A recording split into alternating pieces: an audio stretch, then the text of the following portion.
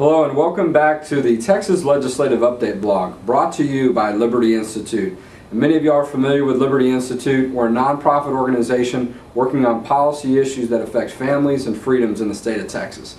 Well, this wraps up a very busy week at the state capitol that started off with a late night on Monday. Real important hearing that happened in State Affairs Committee, and that was on a bill that dealt with the issue of taxpayer-funded abortions. Many of y'all may know that there was an issue here in Travis County where a local hospital district was using tax dollars, property tax dollars, to pay for abortions on healthy women and healthy babies, if you can imagine that. And so what's interesting about that is the state of Texas has a very clear policy.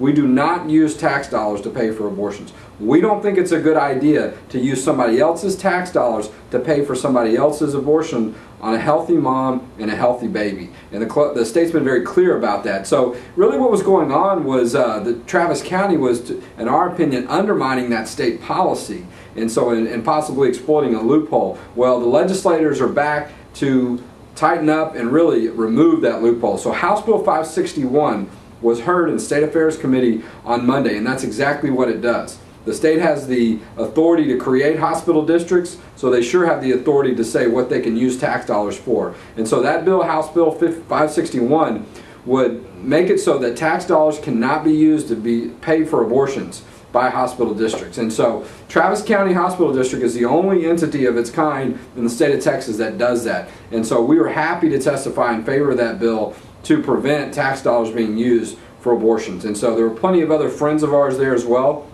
that were testifying in favor of the bill. So we were proud to be able to stay late in the night, and we're hoping we'll get a vote on that bill very soon. And so later in the week you had the Choose Life license plate bill. That passed the full Senate. Now that identical bill is already moving in the House. And so I think we'll see that bill catch up and match up with the House version, and could be headed to the governor's desk in the next couple of weeks. And speaking of the governor's desk, the voter ID bill is going to be heard on the House floor and voted on the House floor on Monday.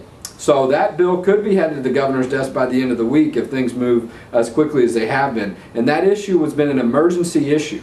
So that's why it's been moving so quickly. And so a lot of things happening. A big hearings coming up in State Affairs next week on Wednesday. A number of bills that deal with health care issues, that touch on the Obamacare issue, and really have the states responding to that and talking about exercising our own rights to dictate how we think this type of health care legislation should be used in our state. So stay tuned for those updates.